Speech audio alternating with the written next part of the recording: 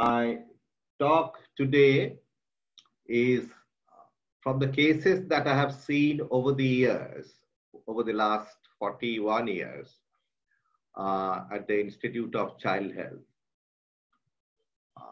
This year is the 100th year of three of my bosses, my teachers, Dr. Aditi Kumar De, who was the additional director of Institute of Child Health, and the man from whom I have learned the punctuality. 9 o'clock and Dr. De is there.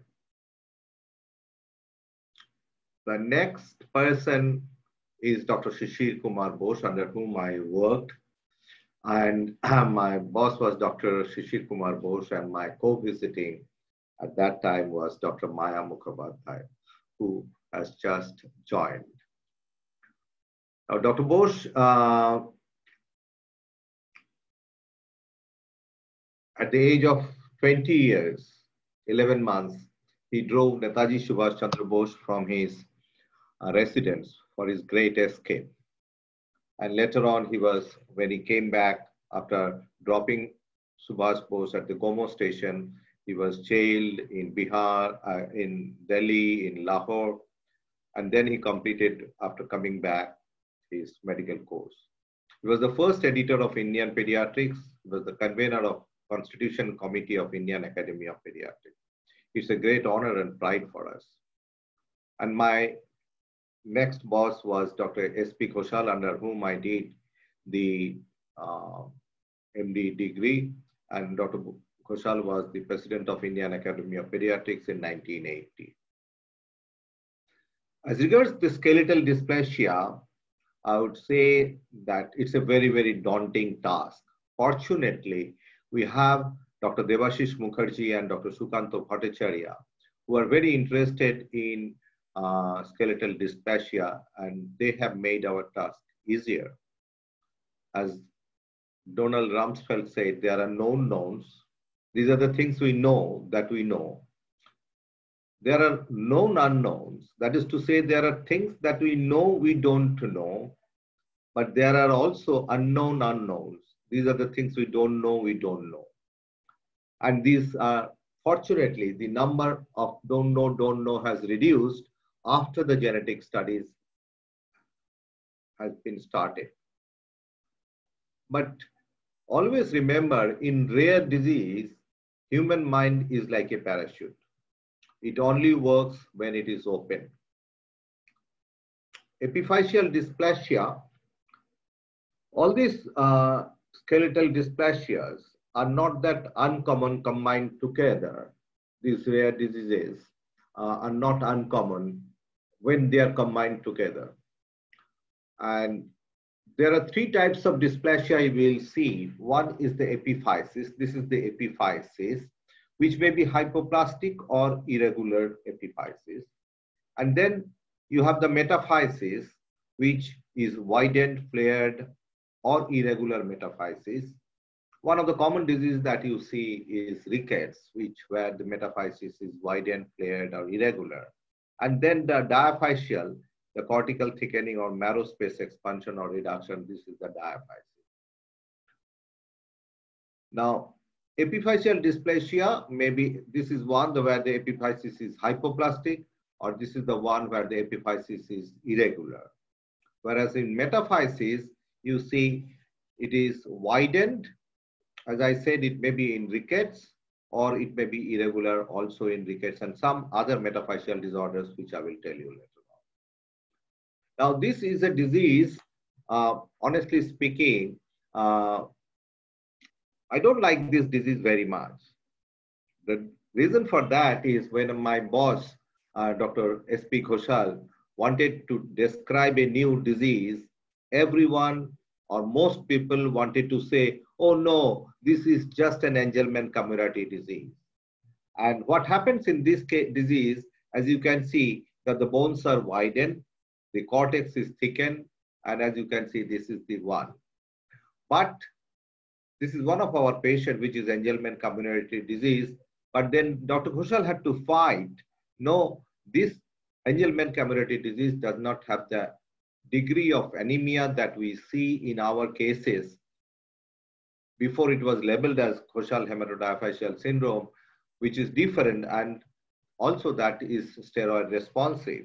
So this community Angelman or Angelman community disease is a totally different disease, and the gene has been found also now. And it involves, these are the bones which are mainly involved in Angelman community disease. And it's a progressive disease. It begins in childhood and follows a progressive course.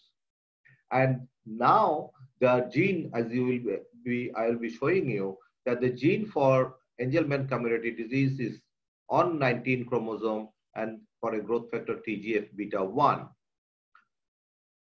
But this is what the Dr. Koshal's disease or Koshal hematodiaphyseal syndrome. This is the Olive Biswas, is the original case when I joined as a resident. So before that, Dr. Koshal has described few cases, but this is the one when he started thinking that, oh, we must compile these cases and present in an international journal. This is the next case that we have found, which is again the same with hepatosplenomegaly and thickening of the bones. The bones are thickened and you can feel it. You can feel that the bones are thickened. So this is Koshal hematodiaphyseal syndrome. And after a lot of fight, he could publish this paper as diaphyseal dysplasia associated with anemia, which is the special feature and which separates this disease from the Angelman community disease. And this is from the paper in Journal of Pediatrics, the photographs that Dr. Koshal has shown. And then later on, it has been accepted by the Oxford Medical Database as the Koshal hematodiaphyseal dysplasia. And this is the patient, actually, that is the reason I think why my name was included.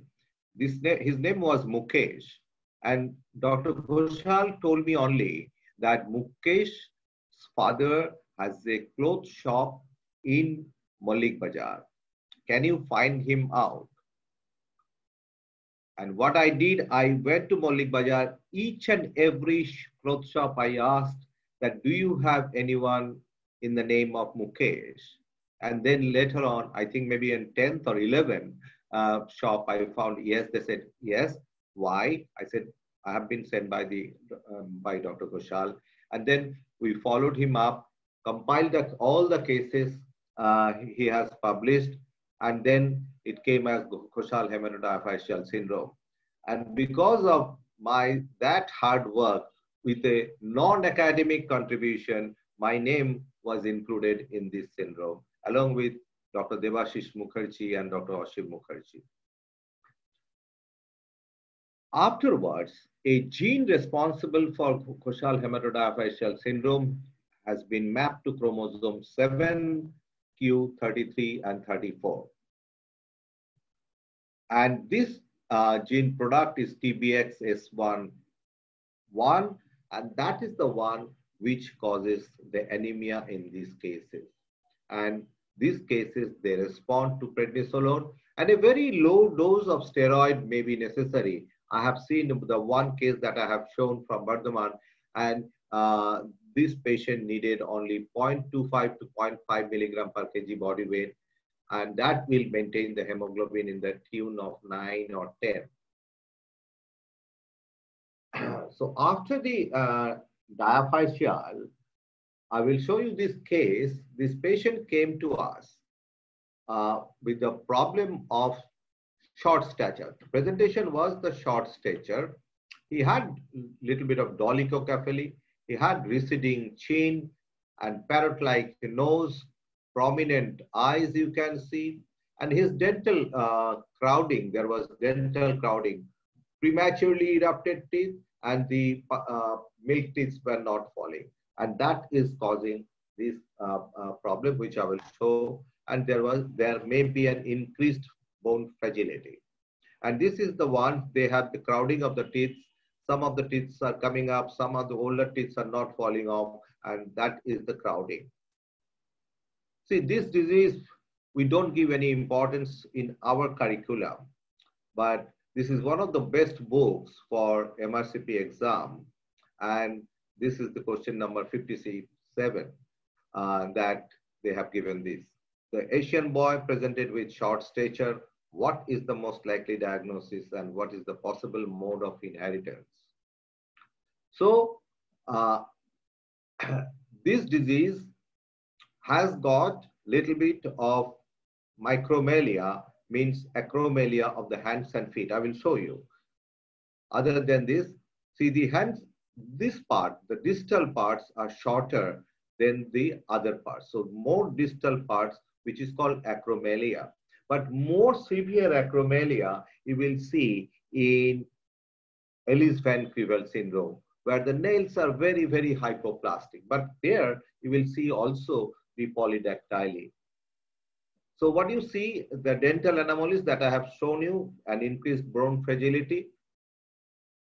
What you also see here, that the fontanelles are open and a receding chin, and dental overcrowding, as I said, and maxillary hypoplasia are the features.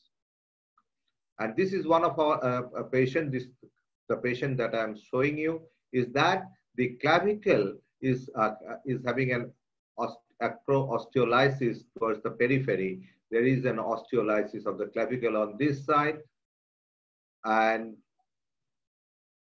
the other day, we were talking about the clavicular development, and the clavicle is the first bone to ossify in the 5th and the 6th weeks. And the two parts of the clavicle are from two different origins. For remembering, I say that medial part will not be membranous. So it's not, if it is medial, it is not membranous. It will be cartilaginous. And for lateral part, it will be cartilaginous. So again, if it is medial, it is not membranous. This is the clavicle of the other side where you see the osteolysis. And the bones, they look almost like osteopetrosis. As you can see, the dense bones with very, very narrow or almost not visible medullary cavity. So the bones, they look like osteopetrosis. This is our patient. And what you also have, that supraacetabular constriction. Can you see the constriction here is narrow, and this is called supraacetabular constriction. And these are the vertebrae. And what you also see, that the distal parts of these bones are very hypoplastic. And the vertebrae are called spool-shaped, like you know, the spools that you used for cotton threads. So spool-shaped vertebra. With all this feature, can you think of the diagnosis? The main diagnosis, or the only diagnosis here, is pycnodysostoses. And it's uncommon, but it can come to you sometimes. And what are the diseases where you will get the increased bone density? Definitely this disease, anyone will say, if they don't know about, they will say, oh, it's a osteopetrosis. I will show you the difference between osteopetrosis and this disease. The next one, as I said, is the pycnodysostosis is our case. And then there are some uncommon, very uncommon cases. And then progressive diaphyseal dysplasia, as I said, that the Camurati Angelman, and tuberous sclerosis also can have. And last but not the least, Koshal hematodiaphyseal syndrome. Now, how do you differentiate between pycnodysostosis and osteopetrosis? See, pycnodysostosis is autosomal recessive, but osteopetrosis may be both dominant. In case of pycnodysostosis, you can have blue sclera, like osteogenesis imperfecta, but not that. In osteopetrosis, you will have anemia, hepatosplenomegaly, and bone within bone appearance. And here the clavicle abnormalities that I have told you. So in summary, it's an autosomal recessive bone disease,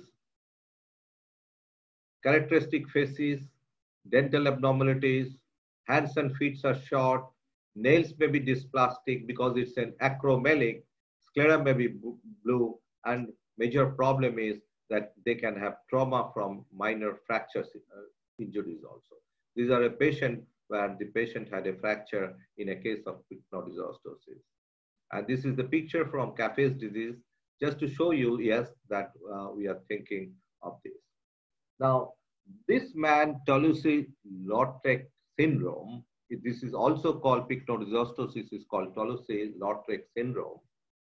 And he had the pycnodysostosis, but he was a fantastic artist.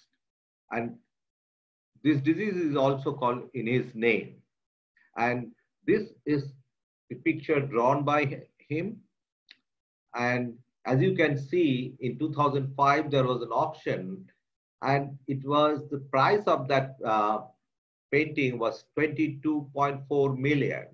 Those who cannot convert, I have converted them into Indian rupees. It was 164 crores, 32 lakhs, 71,840. Can you imagine a painting? And what a nice painting. I think Ritobrata will be very interested in painting of this person. So he had a pycnodysostosis, but because of his, this is one of the problems of this physically handicapped problems. He was not mentally handicapped, that he didn't get married, he didn't have a girlfriend. So he went to the prostitutes, he became alcoholic. And one interesting thing is this stick contained alcohol in case he has a shortage of alcohol. And he died at the age of 37 years because of the syphilis and chronic alcoholism. Now, this is a case of osteopetrosis along with rickets.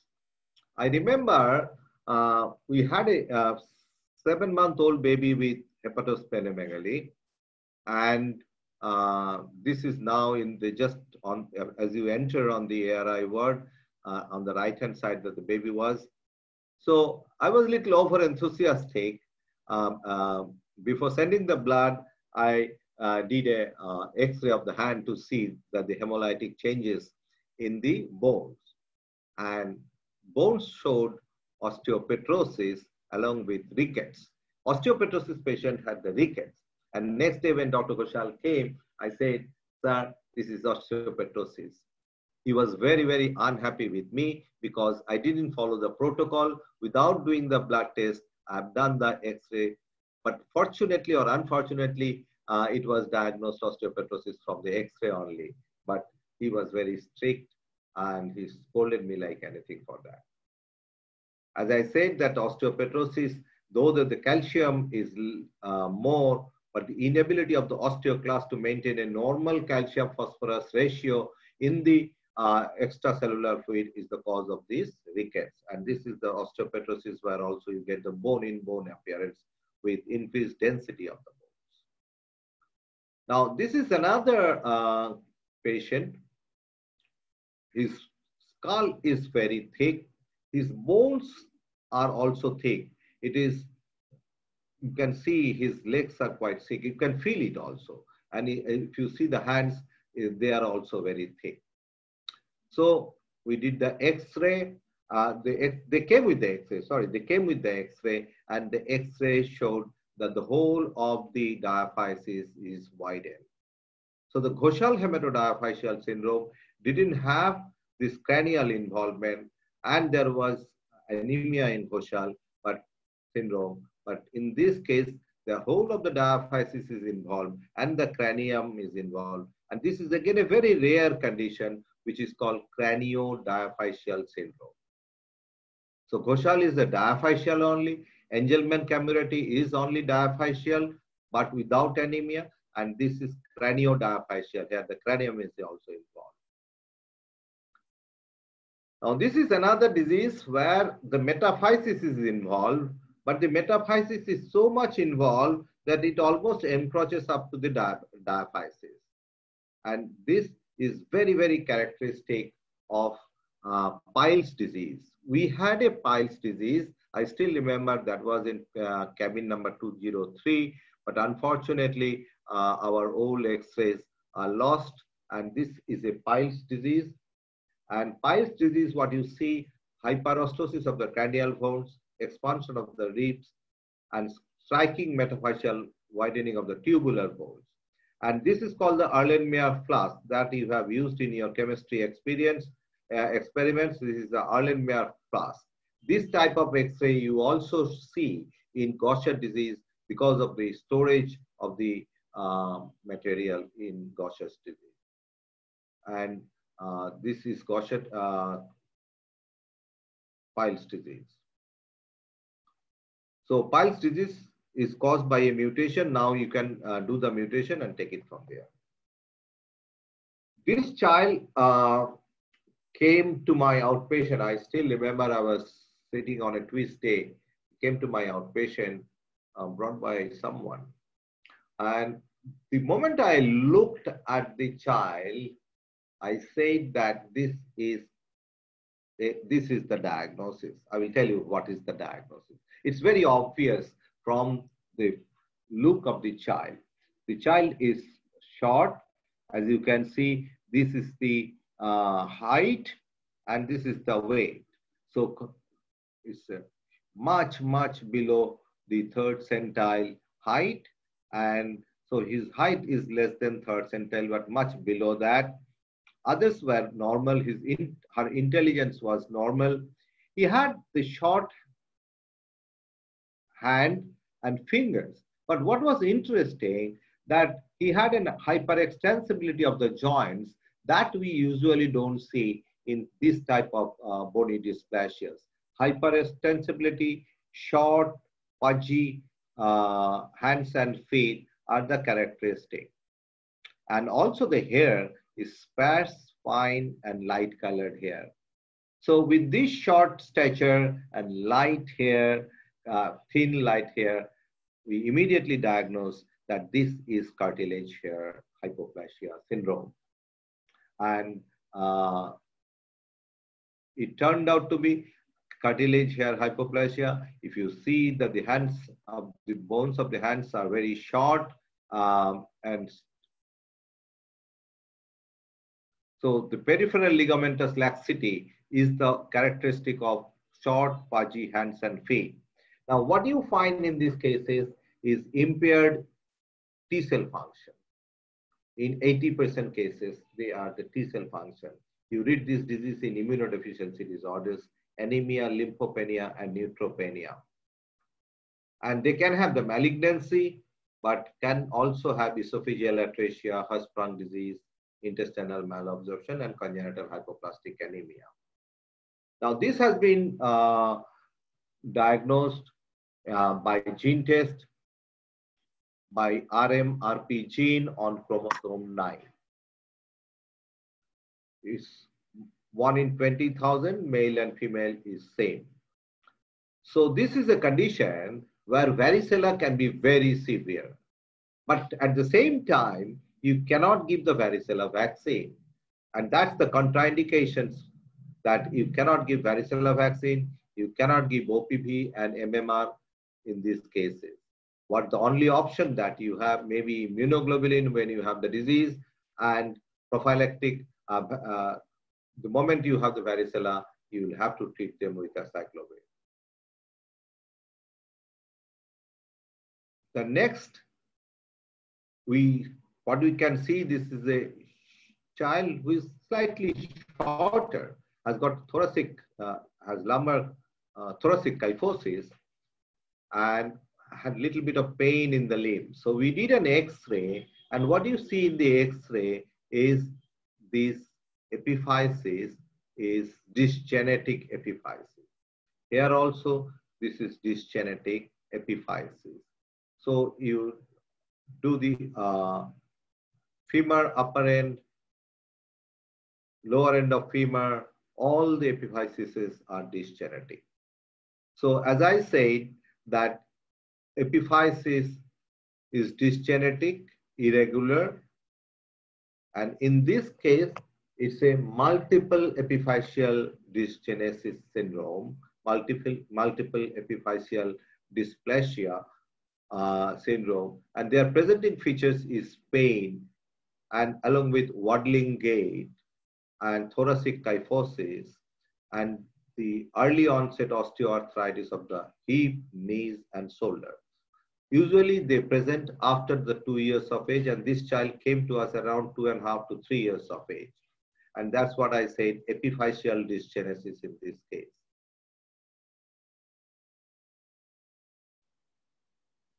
Right. So this is a child where you see the epiphysis is very, very dysgenetic, and also the bone age is very much delayed. So can you think of the conditions where the epiphysis is dysgenetic but bone age is delayed? It's hypothyroidism. Hypothyroidism can cause, as in the last meeting that we have discussed, and this is the epiphyseal dysgenesis of hypothyroidism. Now, skeletal changes in hypothyroidism are many, but out of that, enlarged sella you see usually in primary hypothyroidism because of the pituitary hypertrophy, because of the continuous feedback mechanism, the Wormian bones, and multicentric irregular epiphysis, and a lot of other changes that you can have. Because this subject is slightly difficult, I didn't keep too many cases, and rather I would like to discuss if there is any problem. Thank you.